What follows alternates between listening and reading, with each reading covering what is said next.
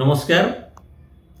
गत किछि मास ହେଲା ओडिशा प्रदेश कांग्रेस कमिटी सभापति श्रीयुक्त भक्तचरण दास नेतृत्व में राज्यव्यापी विभिन्न प्रसंग रे आंदोलन जारी रही।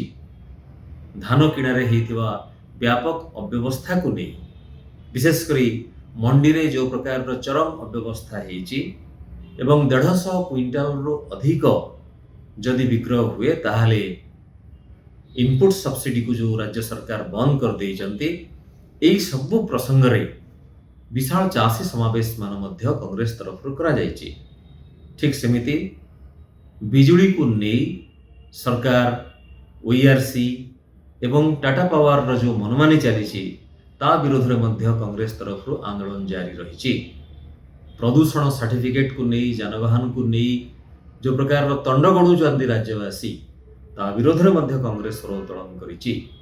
एई सब प्रसंग को नहीं जेहेतु नवनिर्माण कृषक संगठन आसंता 28 तारिख दिन राज्यव्यापी बंद डाकरा देइचंती, ताकू ओडिशा प्रदेश कांग्रेस कमिटी तरफ समर्थन घोषणा करा जाइछि एवं श्रीयुक्त दास एही मर्मरे सबु डीसीसी सभापति को मध्य बंद घोषणा को समर्थन करबा पई निर्देश देइचंती।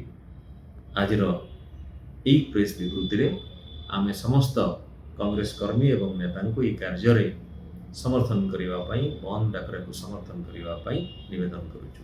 धन्यवाद।